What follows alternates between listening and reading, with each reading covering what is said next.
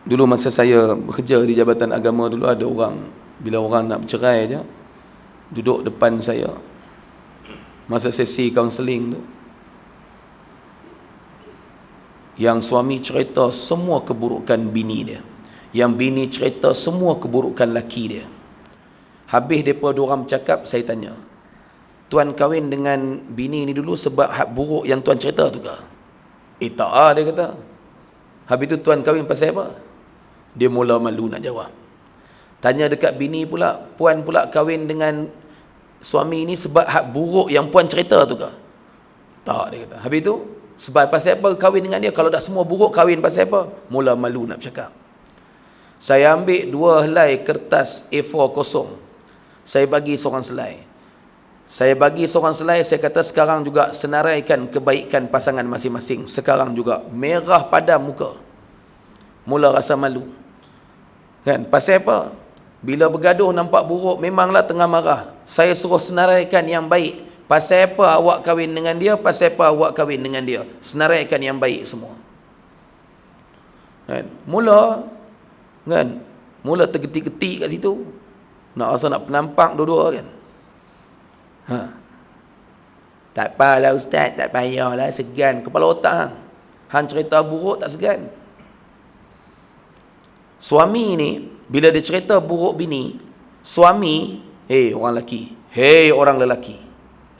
Suami bila cerita buruk bini pada orang, dia nak bagi tahu apa sebenarnya.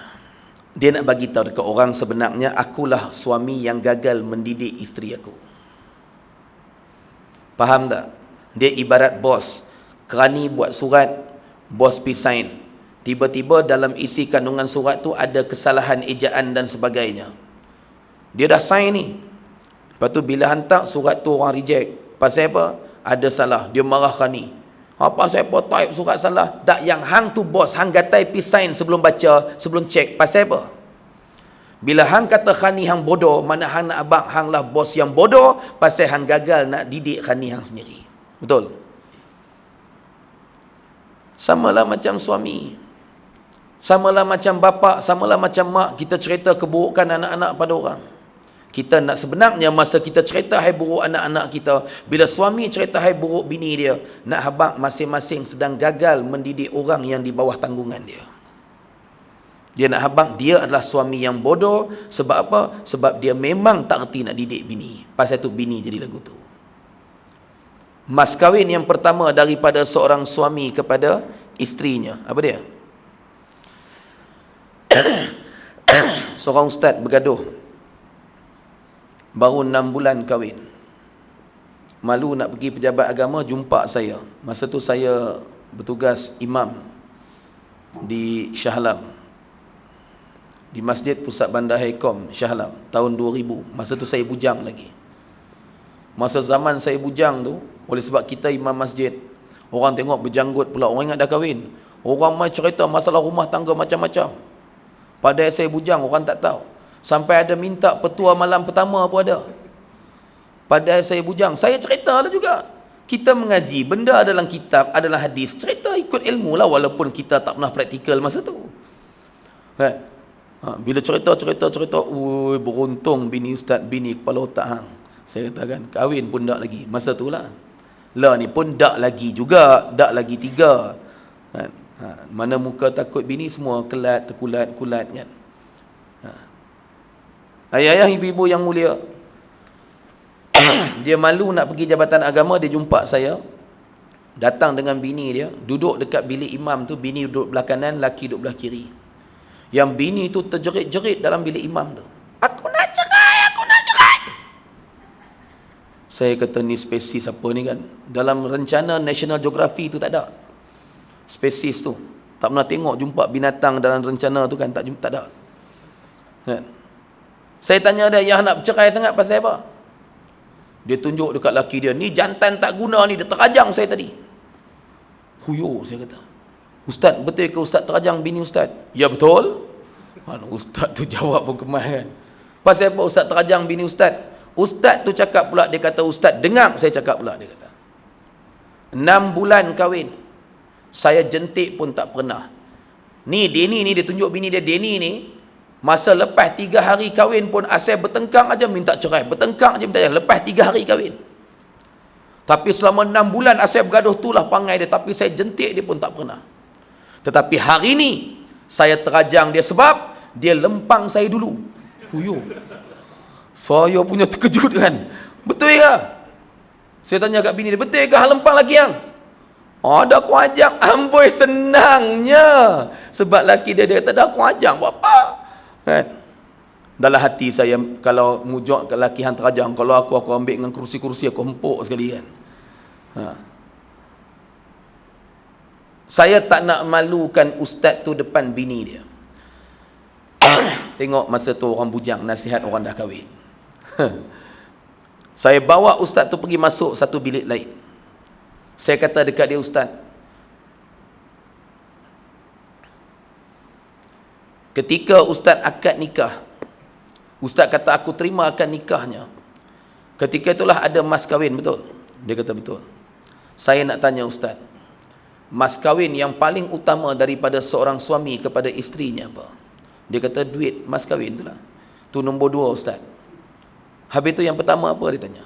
Yang pertama, mas kahwin yang pertama daripada seorang suami kepada isterinya ialah berusaha menyelamatkan isteri itu daripada api neraka Allah. Ni mas kahwin yang pertama, At-Tahrim ayat yang ke-6. At-Tahrim ayat yang ke-6, ya ayyuhallazina amanu, wahai orang-orang yang beriman, ku anfusakum wa ahlikum nara, selamatkan diri kamu dan keluarga kamu daripada api neraka Allah. Jelas. Allah kata, wahai orang beriman, selamatkan diri kamu dan keluarga kamu daripada api neraka Allah. Jadi ustaz, saya kata kat dia, 6 bulan kahwin, pernah tak ustaz mengajar kitab atau mengajar fardu ain pada isteri di rumah sekurang-kurangnya sekali sebulan? Tak ada, tak pernah. Kadang-kadang sibuk mana nak dan. Hang mengajak merata surau masjid boleh sampai ke masjid Syekh Yusof? Kan? Contoh kan. Hang mengajak ke sana kemari, ustaz boleh mengajak merata-rata, tiap-tiap malam pergi kuliah, bini di rumah nak mengajak sekali sebulan pun tak boleh. Bila sekali sebulan pun ustaz tak boleh nak mengajak bini ustaz, sekali sebulan pun ustaz tak boleh bagi agama pada bini ustaz, padanlah bini jadi macam tu. Pasal apa? Pasal ustaz. Semua salah ustaz. Saya salahkan ustaz 2000%. Hui, banyak dia kata. Tak boleh kurang sikit lah. Kalau hutang lebih kurang, ada diskaun ke apa kan? Memang salah ustaz, memang salah suami. Bini jadi lagu tu sebab suami tak pernah bagi agama dekat dia. Lepas tu buat pening. Satu pakcik datang, umur 60 lebih dah nak bercerai. 60 lebih nak bercerai. Dia kata, saya nak buat laporan tentang bini saya. Bercakap pun dengan gigi tak apa-apa ada. Kan? Saya pun bagilah satu borang tu. Kami dulu ada borang merah tu, boleh isi kejahatan dan kezaliman isteri. Dia pun tulis penuh. Siap dia minta, ada kertas lagi tak nak sambung, dia katakan. Saya kata, jahatnya bini pakcik sampai tarah tu. Kan? Oh, banyak ni dia kata. Saya pun baca. Rupa-rupanya yang senarai panjang tu dia tulis apa? Masak tak sedap. Macam-macam bab benda-benda teknikal lah, kecil-kecil lagu tu. Dia pergi tulis penuh dalam kertas tu. Kan? Perangai huduh lah. Saya kata, ni semua ni perangai bini pakcik. Itulah perangai bini saya. Gigi tak ada. Kan? Nak bercerai. Saya tanya dia, Siti Nurhaliza mau? Kan? Boleh lah kalau okey lah kan. Gatai. Kan? Saya dah tak ada hati dengan bini saya. Dah 60 lebih. Sampai dah lunyai bini tu baru tak ada hati. Mula kot mencarut kan. Barulah tak ada hati. Jenis tak reti menghargai isteri ni. Kan? Saya tanya dia. Sepanjang pakcik kahwin, berapa lama kahwin? Dia kata 40 tahun lebih. 40 tahun kahwin lebih. 40 tahun lebih kahwin ni. Pakcik pernah tak dengar makcik mengucap 2 kalimah syahadah? Pakcik pernah dengar tak? Lepas tu suruh dia bagi makna. Dia faham, tanya kat dia faham tak yang dia mengucap tu apa? Pakcik pernah tak? Pakcik pernah tak Tengok makcik ni semayang betul ke tak betul. Pakcik pernah tak cek bini ni tutup aurat betul tak betul? Pernah tak? Dia mula diam. Dia tahu dah dia nak kenal lagi. Saya kata kalau makcik jadi macam perangai yang pakcik tu ni, padahallah sebab apa? Sebab dapat laki macam pakcik. Yang sepanjang 40 tahun kahwin tak pernah cerita agama pada bini. Jangan duk buat pelik. Duk buat pelik. Ustaz, anak kami ni ustaz ketegang. Umur berapa? 15. Dia siap dengan kami ni, kalau kami tegur umur 15 tingkatan 3, kami tegur aja dia maki kami balik. Tu jerit-jerit, kadang-kadang malu kat jiran. Saya kata pasal apa tak pukul? Nak pukul Ustaz, dia melawan. Tu main ni buat apa? Ni bawa keluar air mineral 1 botol, minta jampi bagi Ustaz, bagi lembut hati dia. Saya kata nak bagi lembut hati anak, bagi minum asid. Kan? Lembut tak hati? Kalau nak bagi terang anak, bagi terang hati anak, telan bateri dengan mentol. Saya tanya, daripada umur dia 7 tahun, pastikan tak dia jaga solat 5 waktu dia? Suruh tak dia semayang? Mak pak yang datang mengadu ni, yang bawa air mineral tadi, mula senyap. Saya tanya, jawab, saya kata, daripada umur 7 tahun, suruh tak dia semayang? Yang Nabi pesan 10 tahun tak semayang pukul, buat ke tak?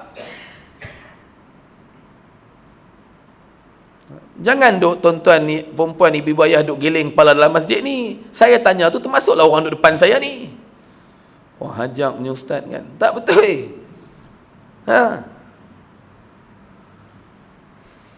Kalau kita tak pernah buat, anak-anak daripada mula lagi pendidikan kita dah songsang, dah tak betul, jangan heran bila tiap-tiap kali subuh 1 Syawal tu, kita pergi masjid tapi anak-anak bergelempang tidur. Kita balik masjid pagi raya tu, lepas subuh tu, balik rumah pun tengok bergelempang tidur dalam gelap. Anak menantu semua nak bangkitkan pun tak berani, betul? Takut anak menantu kecil hati, betul?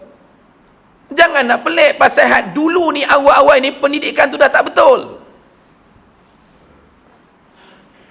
Lepas tu buat pelik. Tapi tak pelik lagi tak pelik kalau yang si bapa pun baru 4 tahun ni semayang penuh 5 waktu.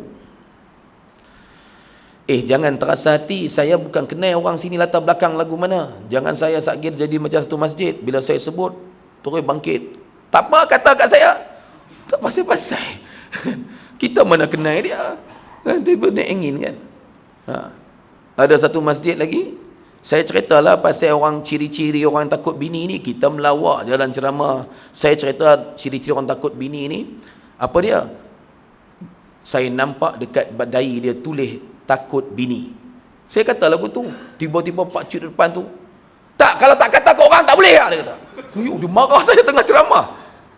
Saya tanya balik, pakcik memang takut bini ke? Terus dia bangkit keluar kan. Saya mana kenal orang sini. Jadi kalau ada yang saya cerita tu kena atas batang hidung kita, buat tak tahu je sambil korek hidung. Jangan buat macam tahu. Kan? Tak usah duk buat tahu, buat tak tahu je. Tak usah buat muka terasa. Kan? Tak usah duk ketap-ketap gigi geram kat ustaz, lagi ustaz Syak lagi. Dia ni memang lagu tu kan. Ayah-ayah, ibu-ibu yang mulia,